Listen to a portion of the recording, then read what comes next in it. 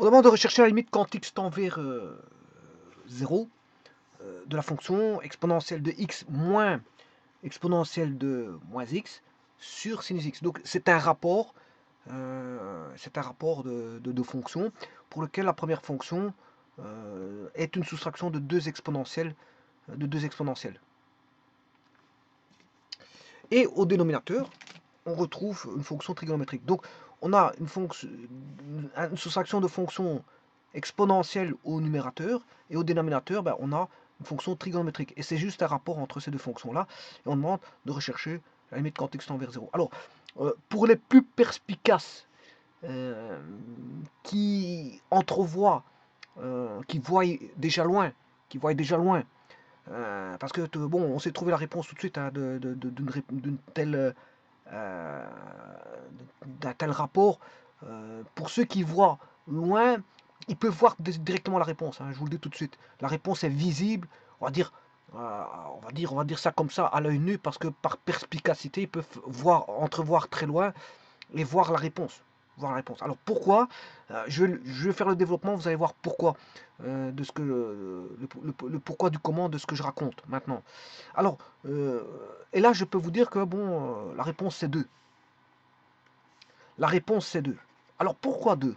Eh bien parce que si vous êtes perspicace, cette réponse-là peut être trouvée très rapidement, très rapidement, sans faire de développement, parce qu'il y a des réponses, bon, avec la perspicacité, c'est-à-dire la vision au loin du traitement qui peut se faire et qui ne se fait pas par une personne qui est plus perspicace parce qu'elle entrevoit plus loin, donc elle n'a pas besoin de faire ce développement-là, et donc elle peut entrevoir la réponse directement. Et je peux vous assurer que cette réponse, c'est 2. Alors, je vais faire les développements par après, et d'ailleurs je vais faire tous les développements nécessaires, ça va être le but de la vidéo, faire tous les développements nécessaires, mais que ces développements-là qui vont être faits ne sont pas nécessaires à être faits parce que ça va découler directement de quelque chose de naturel, donc de quelque chose de très simple qui va découler sur cette réponse de 2. Et donc, on peut trouver 2 en un temps de mouvement, c'est-à-dire quand je dis 2 temps de mouvement, c'est-à-dire de marquer la réponse directement. Voilà, on peut marquer directement la réponse directement et mettre 2. Pourquoi? Parce que voilà, la réponse c'est 2, parce que vous allez voir que c'est aussi simple que cela ne puisse paraître, bien que ça puisse. C'est quelqu'un qui fait beaucoup de calculs de limites peut entrevoir très vite ça. Voilà, il peut entrevoir très vite ça. Bon, maintenant, s'il fait que des calculs de limites, il a fait très peu de calculs de limites, bon, c'est normal qu'il aura un peu de mal. Il devra faire son développement pour voir la réponse. Bon, avant toute chose, on va regarder un petit peu tout ça. On va développer la fonction exponentielle. Vous la connaissez très bien, bon, parce que c'est une fonction usuelle. Voilà, la voici. Alors, la fonction e de moins x, c'est une fonction voilà, retournée. Hein. Donc, c'est l'opposé de ce que je vais admettre. Donc, c'est e de moins x.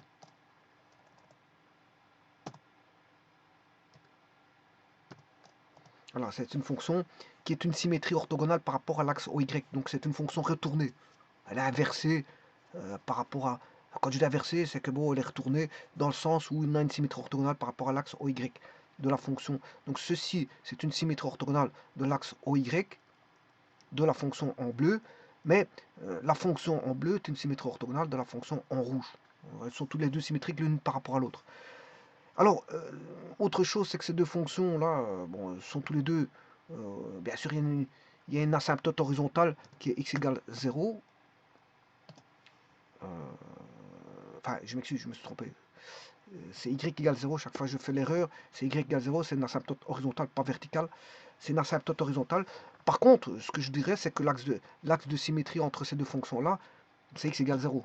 Voilà, c'est l'axe de symétrie entre ces deux fonctions, l'axe de symétrie orthogonale entre ces deux fonctions bleu et rouge, ou rouge et bleu, c'est x égale 0. Il y a une asymptote pour ces deux fonctions qui est une asymptote horizontale qui est y égale 0. Voilà, ça c'est ce qu'on peut dire hein, dans un premier temps de ces deux fonctions-là, dont on va soustraire pour obtenir le numérateur.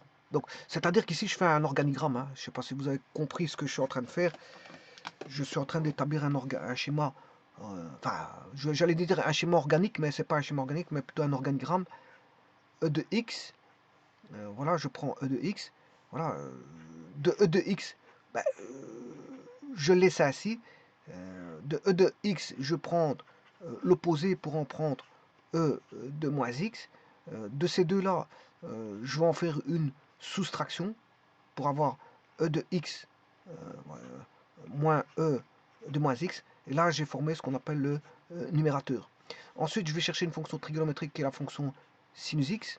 La fonction sinus x, voilà, que je prends telle qu'elle et je forme le dénominateur qui est la fonction sinus x. Et bien sûr, j'en crée le rapport. Voilà, c'est un petit peu le schéma, l'organigramme, voilà, de création de cette fonction-là. Donc, je prends une fonction exponentielle, j'en prends son opposé, je fais la soustraction de ces deux fonctions, et donc il suffit de faire f moins g pour avoir le numérateur. Voilà, et là vous vous rendez compte de quelque chose. Vous vous rendez compte de quelque chose que je vais faire apparaître par après, et c'est pour ça que je vous ai dit qu'il est facile de trouver la limite qui vaut 2 ici. Voilà, je vais faire apparaître quelque chose par après. Alors, le dénominateur, bien sûr, c'est la fonction sinus. Voilà. Alors, quelle est la caractéristique de cette fonction sinus? Tout d'abord, la fonction sinus, ce domaine, c'est R, et la fonction e de x moins e de moins x, sa fonction, son domaine, c'est R. Donc, le rapport, son domaine, c'est le rapport le domaine du rapport, c'est R. Enfin, je m'excuse, je me suis mal exprimé. E de x moins e de moins x, on peut rentrer ce qu'on veut. Voilà. Par contre, sinus x, on ne peut pas rentrer, bien sûr, quelque chose qui pourrait annuler le dénominateur. Or, le domaine de sinus x tout seul, son domaine c'est R. Mais ici, comme il est au dénominateur, c'est sinus x doit être différent de 0. Donc, et ça, bien sûr, x doit être différent de 0 plus 2 capi. C'est-à-dire, bon, je rappelle que plus capi. Parce que la fonction sinus, où va-t-elle s'annuler? La fonction sinus, elle s'annule ici, en 0. Voilà, sinus 0. Non, en 180, ça fera 0 aussi. Hein. Et donc, c'est 0 plus capi, avec k appartenant, bien sûr, à z. 0 plus capi. Mais justement, là, on recherche la limite quand x tend vers 0. Donc, le 0 ici, quand x tend vers 0. Alors, tout est en radian ici, bien sûr. 0 est exprimé en radian.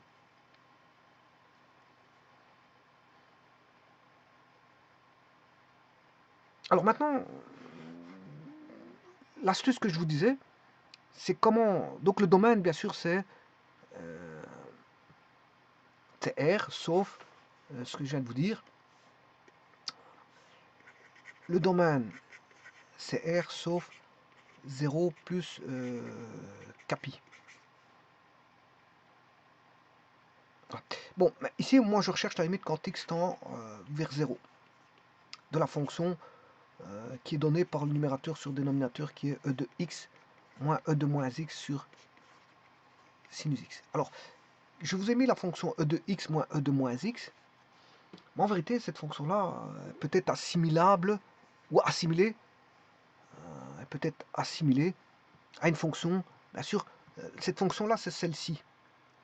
Alors, vous vous rendez compte que vous reconnaissez ça, puisque ça ressemble au sinus hyperbolique, qui est une fonction hyperbolique, sinus hyperbolique est une fonction hyperbolique. Et vous voyez, cette fonction-là, bien sûr, elle passe à l'origine, cette fonction, hein, tout comme sinus x passe à l'origine. Et donc, vous aurez compris qu'on aura un 0 sur 0. Hein. Et donc, il faudra lever la détermination qui vaudra, à mon avis, 1. Voilà, ça vaudra 1, ça. À mon avis, ça sera 1. C'est pour ça que je sais entrevoir que la réponse sera 2, par le fait que, bon, ce rapport-là, il y a moyen de faire intervenir un 2 et un 1. Alors, comment? Justement, c'est ce qu'on va voir ici.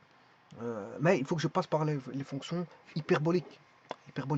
C'est-à-dire que, je vous rappelle que la fonction sinus hyperbolique, qu'on appelle SH, qui est une fonction bien sûr de R dans R, tel qui est à x, on fait correspondre le sinus hyperbolique de x qui est égal à e de x moins e de moins x. Et n'oubliez pas qu'il y a un 2. Et c'est pour ça que je vous parlais de la perspicacité. C'est ces deux-là qui vont apparaître. Alors, on pourrait définir aussi le cosinus hyperbolique. C'est une fonction de R dans R telle que on a cosinus CHX de X et de X plus E de moins X sur 2. Voilà, ça c'est le cosinus hyperbolique. Alors, on peut définir la tangente, TH, tangente hyperbolique. On peut définir la tangente hyperbolique, TH. Mais aussi la cotangente hyperbolique, c'est TH. Alors, c'est toujours la même chose. Bon, donc la fonction sinus hyperbolique, c'est une fonction de R dans R. Cosinus hyperbolique, c'est une fonction de R dans R. Tangente hyperbolique, c'est une fonction de R dans R, telle que à X, on fait correspondre TH de X, donc c'est une fonction de R dans R ici. Donc c'est la même chose. Hein. Ça veut dire, c'est deux tirets pour dire que c'est identique. Donc j'écris pas, c'est ça que ça veut dire. Là, on aura bien sûr sinus hyperbolique sur cosinus hyperbolique.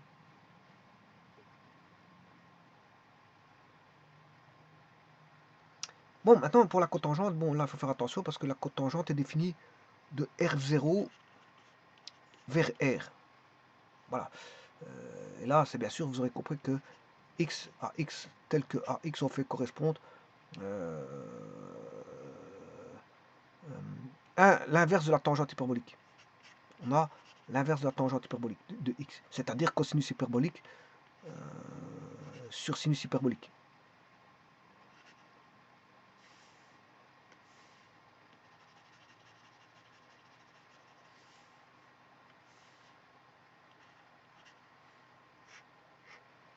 Voilà, et donc, moi, ce qui va m'intéresser, bien sûr, c'est le sinus hyperbolique.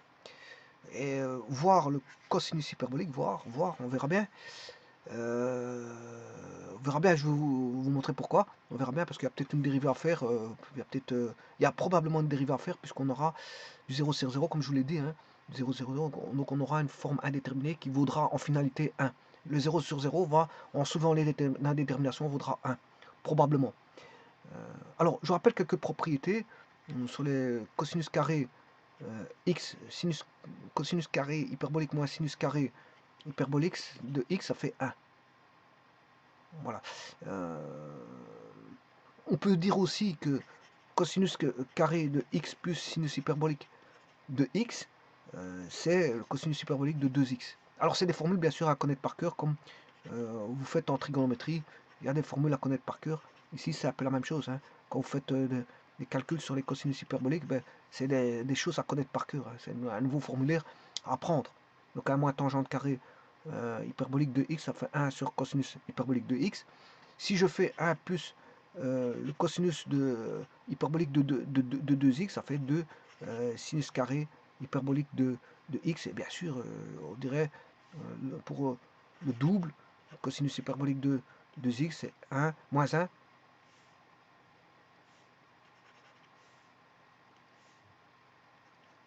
Moins 1, ben ça fait 2 sinus carré hyperbolique de x.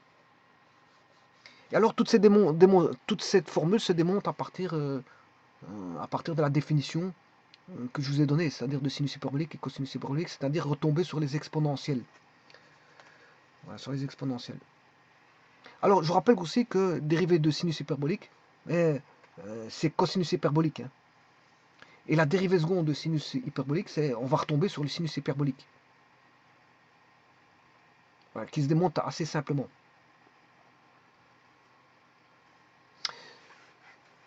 Bon, alors, à partir de ça, ces formules-là, bon, j'en ai pas besoin ici de ces formules-ci, mais je les mets voilà, pour information. Donc, je les rappelle, hein. Cosinus hyperbolique moins sinus hyperbolique, ça fait 1. Cosinus carré plus sin carré hyperbolique, ça fait cosinus hyperbolique de 2x. 1 moins tangente carré hyperbolique de x, ça fait 1 sur cosinus hyperbolique au carré de x. Et 1 plus cosinus hyperbolique de 2x, ça fait 2 cosinus hyperbolique au carré de x. Et cosinus hyperbolique de 2x, ça fait moins 1, bien sûr, est égal à 2 sinus hyperbolique carré de x. Bon, ceci étant dit, eh bien, je vais traiter avec ceci, enfin, pas avec ces formules-là, mais je vais traiter pour trouver ceci. Alors, je vous rappelle que la réponse était 2, on peut la trouver facilement. Pourquoi? Parce que, justement, pour la raison suivante, si quelqu'un est perspicace peut voir le traitement qui peut être fait directement sur base de ça, c'est-à-dire qu'on a e de x moins e de moins x sur sinus x. Eh bien, je vais faire intervenir e de x moins e de moins x sur 2 fois sinus x, le tout fois 2, parce qu'il n'y avait pas de 2 ici. Vous comprendrez qu'ici, le 2 proviendra de ça. Et donc là, vous avez quoi? Ben, vous avez sinus hyperbolique de x sur sinus x. Voilà, fois 2. Il y a un 2. Donc, en d'autres termes, ici, j'aurais pu mettre, si je fais le rapport, bien sûr, P sur Q, voilà. C'est cette fonction-là qui est, voilà, ça ressemble à une parabole. Bien sûr, c'est une fonction qui est symétrique par rapport à l'axe Y. Donc là, c'est une fonction, on a affaire à une fonction paire. F de x est égal à f de moins x.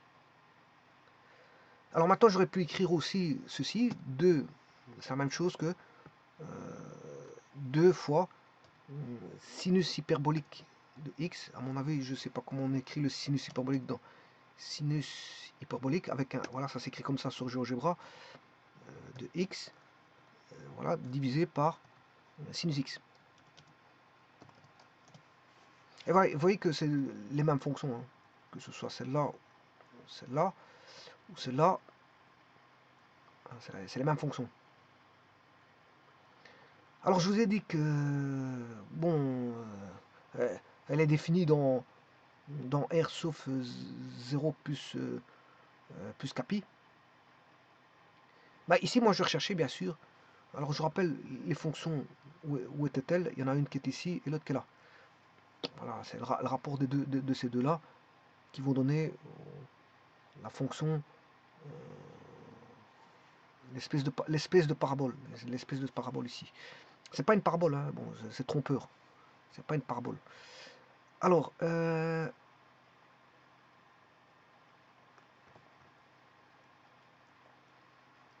donc elle est définie dans le cadran 1 et 2. Donc elle est strictement positive, cette fonction-là.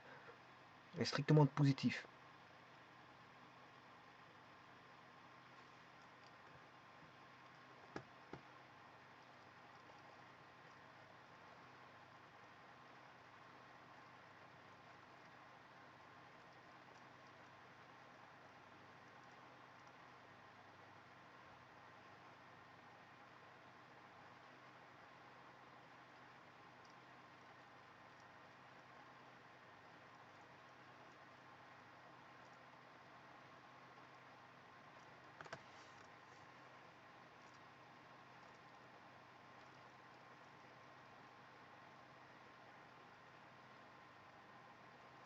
Oui, non, non, je m'excuse, parce que le sinus, il peut être aussi bien positif que négatif, hein, donc il y a une partie en bas, je m'excuse.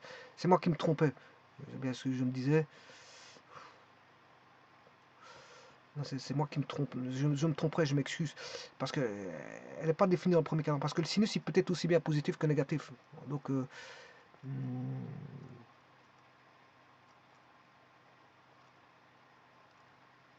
donc on peut avoir du négatif, mais il faut descendre fort bas. C'est ça le problème.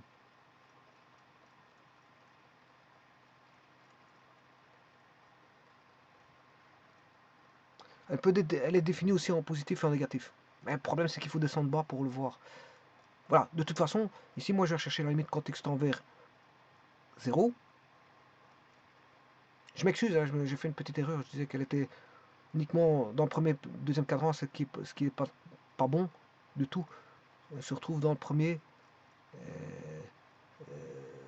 deuxième, troisième et quatrième cadran. Elle se trouve dans les quatre cadrans, voilà. Ouais. Et si vous voulez voir de ce côté-là, vous voyez qu'est-ce qu'on a. Je peux faire un zoom de ça.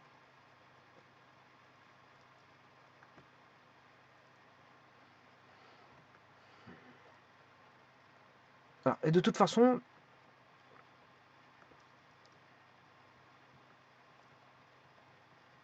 voilà,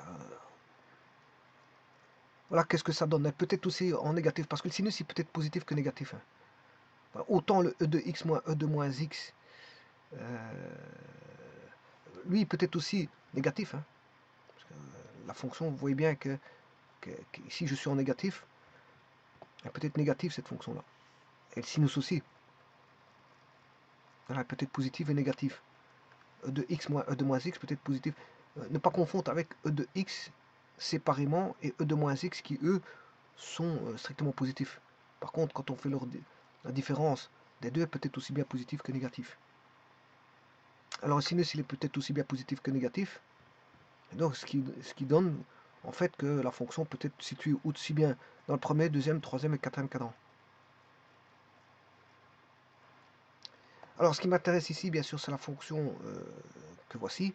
Et pour vous dire que la limite vaut bien 2, que je vais calculer dans un petit instant, ben, regardez bien, en 0, ça fera 2.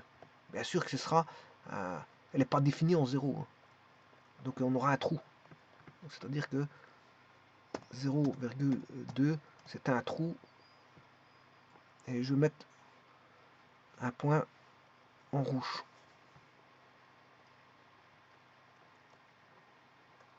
Alors maintenant, je vais la calculer, cette limite-là. Sinus hyperbolique sur sinus x.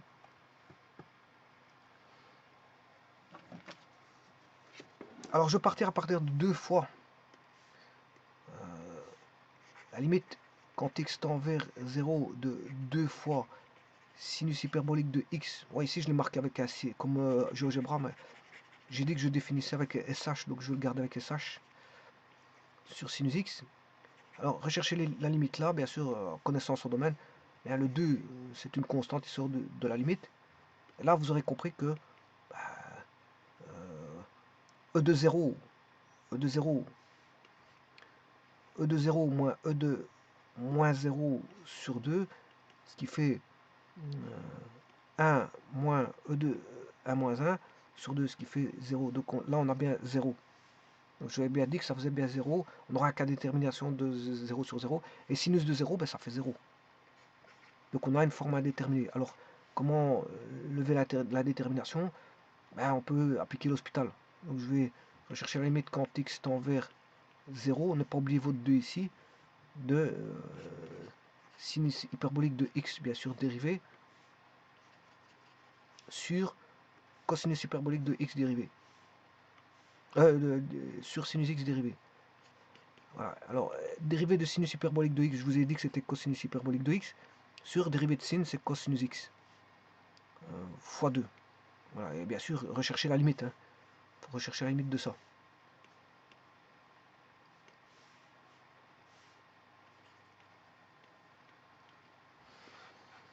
Et donc, cette limite-là vaudra 1. Et donc, c'est pour ça que je dis que ça faisait 2. Quelqu'un qui entrevoit ça, il aurait pu voir que ça faisait 2. Vous allez voir que la limite, quand x tend vers 0, le 2, je le sors, de cosinus hyperbolique de x sur cosinus x, ben, ça fera 2. Pourquoi? Parce que ceci vaudra 1. Vous allez voir tout de suite. Alors, je rappelle que cosinus hyperbolique, c'est e de x plus e de moins x sur 2. Là, si je remplace par e de 0, ça fait 1. E de moins 0, ça fait e de 0. Ça fait 1. 1 plus 1 sur 2, ça fait 2 sur 2. 2 sur 2, ça fait déjà 1. Donc, on a déjà 2 fois 1. Là. Et le cosinus de 0, en 0, le cosinus, il vaut 1. Et en 180, il vaut moins 1. Parce que le cosinus, il vaudra 0 en 90 plus capi. Enfin, en pi demi plus capi. Pi demi plus capi demi vaudra 0. Pi demi plus capi demi vaudra 0. Donc, le 1, ici, il vaudra 1. 1 sur 1, ça fait 1. 1 fois 2, ça fait 2. Donc, la limite, ça fait bien 2. Et donc, quelqu'un qui voit cet énoncé-là, il peut se dire que là, on a affaire à un sinus hyperbolique de x sur sinus x, bien sûr, fois 2. Hein, parce que là, on n'a pas tout à fait la fonction sinus hyperbolique, il faut la modifier. Voilà, la modifier. Et là, en faisant ça, on a le sinus hyperbolique, mais fois 2. Donc, on a 2 fois sinus hyperbolique. C'est pour ça que je dis que, bon, et ça, on voit tout de suite que c'est un 0 sur 0 qui peut être facilement, voilà, par l'hospital, va donner un 1 sur 1. Voilà, et comme il y a un 2 ici, 2 fois 1 sur 1, ça fait 2. Voilà, quelqu'un qui voit ça tout de suite, il peut le voir directement. Donc il n'a pas à faire tous les développements que j'ai fait ici. Donc ça, c'est par la perspicacité, il peut voir, entrevoir la réponse directement. Directement. Bon, ici, ça nécessitait un développement pour montrer justement voilà, qu'il fallait faire ça dès le départ. Et on pouvait faire ça mentalement. Ce calcul-là peut être fait mentalement.